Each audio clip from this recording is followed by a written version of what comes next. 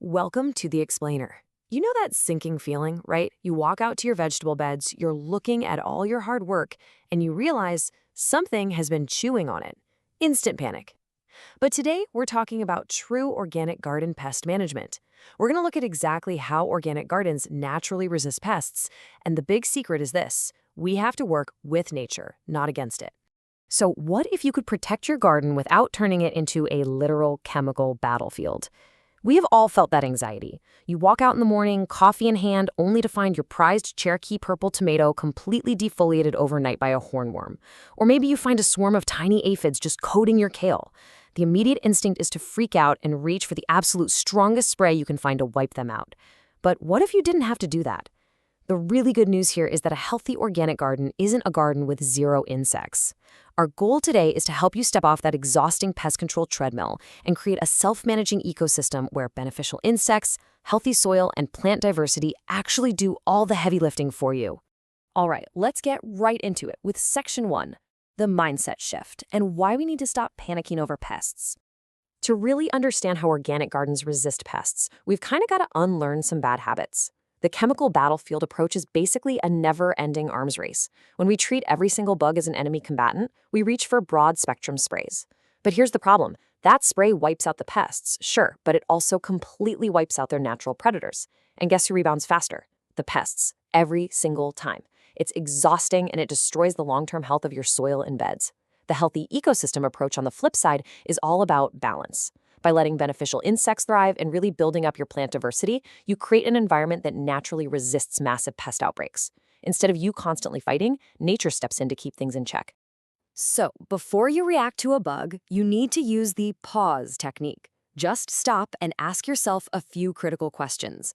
First, what actually is the insect? Don't just assume it's a villain because it looks a bit creepy. For example, baby ladybugs, the larvae, they look like terrifying, spiky little black and orange alligators. If you squash them, you are literally killing your best natural defense.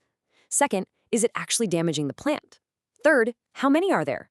Seeing 3 or 4 aphids does not equal a full-blown infestation. Fourth, look really closely. Are natural predators already hunting them?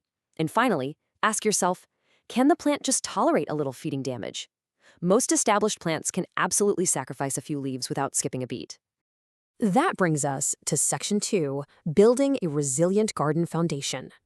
The real secret to how organic gardens resist pests is that the management starts long before any bugs even arrive.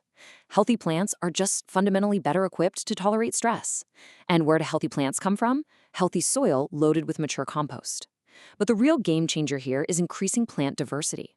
Think about it. Planting one massive, continuous block of cabbage is basically a giant, flashing neon buffet sign for cabbage moths. But if you mix those cabbages with strong-smelling herbs like thyme or sage and throw in some marigolds, you create an olfactory maze. The strong scents literally mask the host crops. It makes it incredibly difficult for pests to find their target and spread. There is this concept I absolutely love, and I want you to keep it in your head every time you step outside. Think of your garden as an ecosystem, not simply a collection of individual plants. When you mix your plantings, those herbs and flowers do so much more than just confuse pests.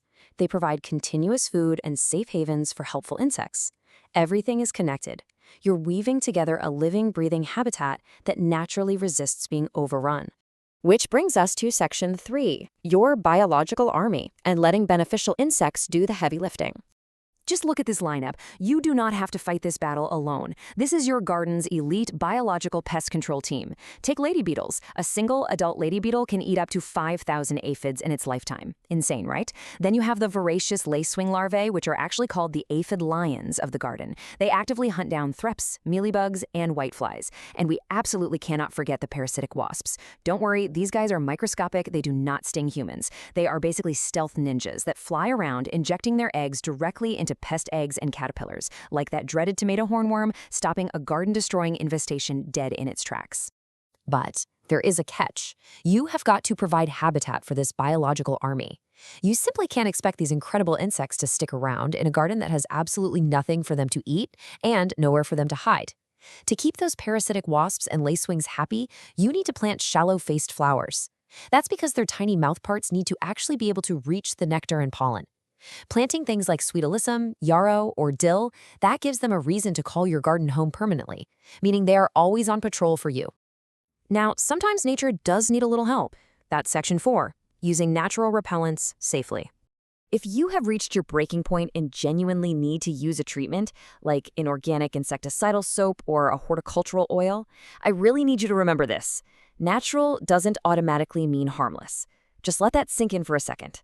It's a massive misconception that organic sprays are completely innocent.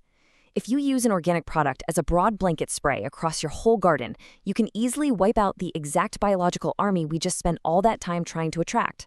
A product that suffocates a destructive spider mite is going to kill a lady beetle or a lacewing just as fast. So how do we intervene safely? We stick to some strict best practices. First, identify the pest for sure. Second, use highly targeted spot treatments. Only spray the specific cluster of leaves that is actually affected. Do not just spray the whole row.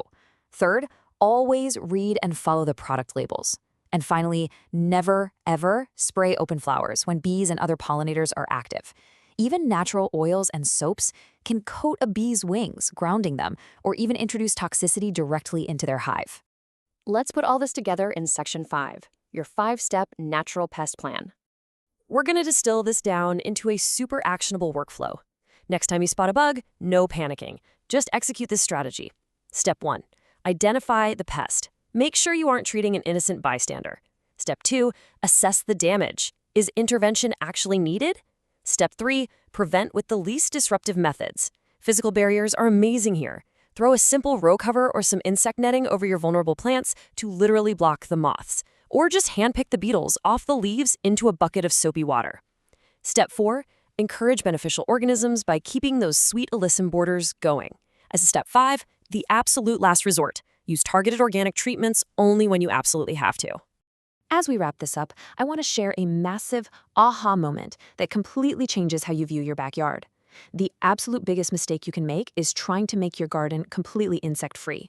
Not only is it literally impossible, but you don't even want that. A thriving organic garden is a living system. Think about it. If you kill every single aphid, the ladybugs have nothing to eat. They'll just leave. To have a resilient ecosystem, you actually need a small population of pests just to sustain the predators. The more we accept that relationship, the less we have to fight nature. So the next time you find a bug chowing down on your prized cucumber plant, take a deep breath and ask yourself this. How can I solve this problem while disturbing my garden as little as possible? That question is the heart of true pest resistance. Step back, build your diverse polyculture, and let those beneficial insects do what they do best. Thank you so much for joining me for this explainer. Before you head out, jump into the comments and let me know, what is the absolute biggest pest problem you're dealing with right now? Let's figure out how to solve it together.